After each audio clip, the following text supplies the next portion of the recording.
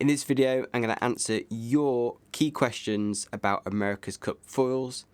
All these questions are taken from the previous video where myself, Rob and Tom discussed America's Cup foils, talking about the forward sweep in the Team New Zealand foil and how that may influence kind of its torsional bending. So just as a shout out, quite a few people asked this, Wild Things, Bruce Cartwright, Patrick Chase, Stuart, number one, do you know, I had tons of people kind of pointed out about how you could use carbon fibre to kind of tailor that directional stiffness.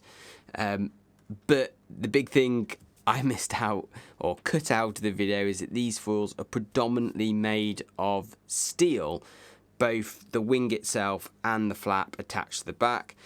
And if I had to guess, I'd say the only real exception to this is potentially Team New Zealand are using a kind of a carbon wrap and maybe a Lingy Red Bull Racing as well. And I say that because those two teams have continuous top surfaces to their foil, which would have to bend, hinge with the flap movement.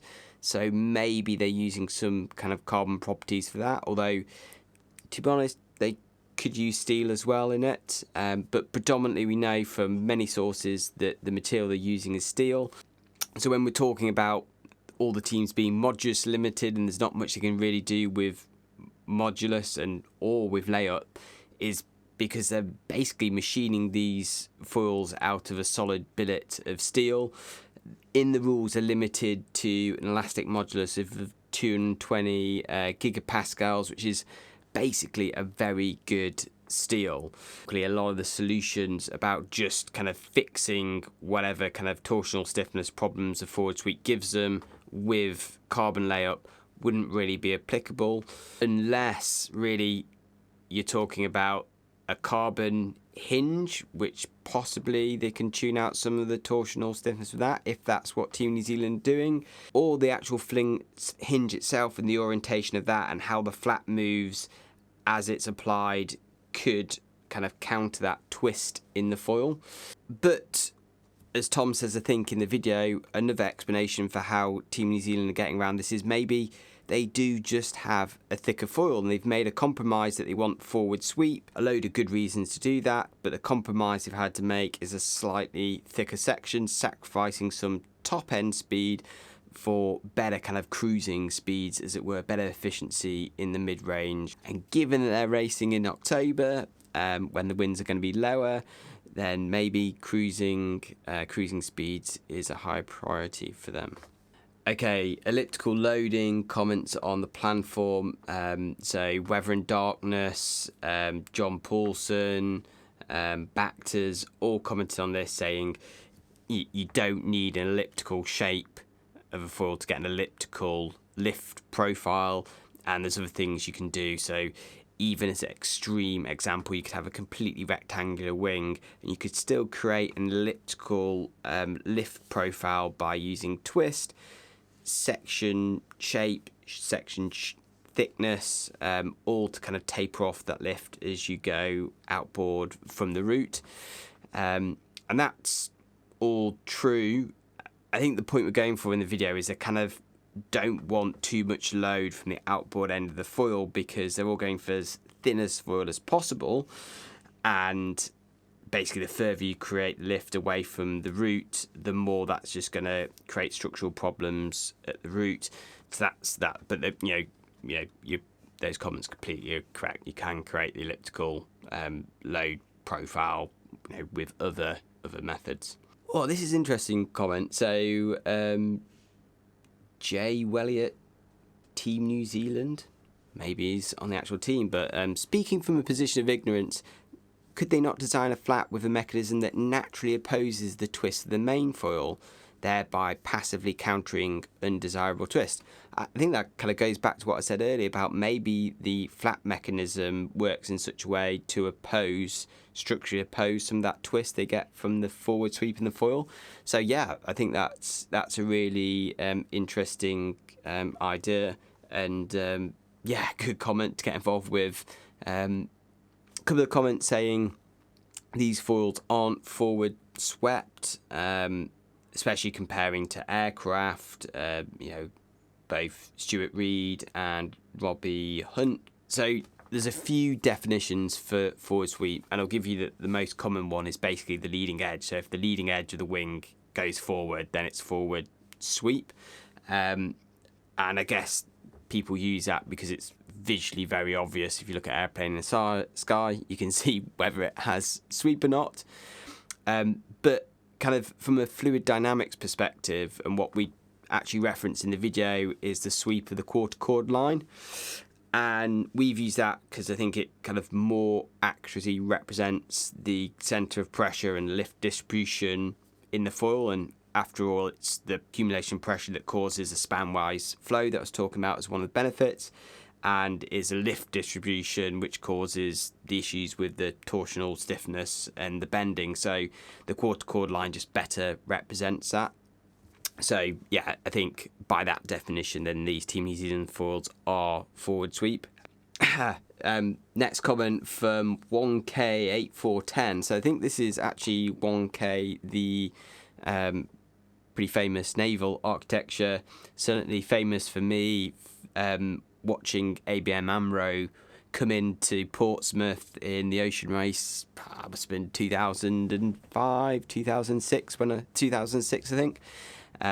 So yeah, bit of a legend of naval architecture. But anyway, he comments saying, just talking about the surface area to coefficient of lift is a big factor in cavitation, and if you drop your area down like Team New Zealand seemingly has, then the coefficient of lift needs to go up, and that's limiting on top speed for cavitation.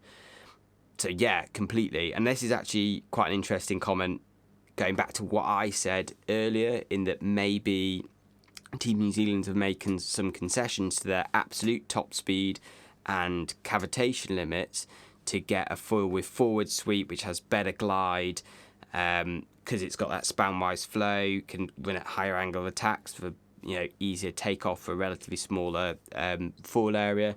So maybe they are sacrificing some of those cavitation limits and kind of top speeds for kind of more efficient wing in the kind of mid-range racing conditions we're expecting.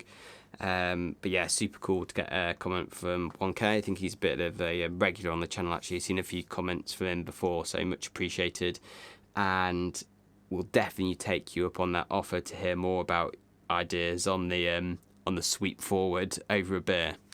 What about the flaps? So Peter Baxter, you didn't talk much about the flaps. Have Emirates Team New Zealand got 2 individually controlled flaps now? So I touched on this before. It looks like Team New Zealand have this continuous top surface from front to back, so no obvious hinge and there's no obvious break in the top surface there, but there's no obvious delineation on the top surface between flaps on either side. Also got this picture, you can kind of see the wing on the other side, and it looks like they've got maybe a flap line through there, but again, no obvious delineation between the flaps on the other side. Other teams, however, bit of different stuff. So if you look at Alinghi Red Bull, they've got no hinge in the top surface, like I mentioned earlier. But if you look on the centre line, it does look like they've got a break in the centre for 2 separate flap actuation.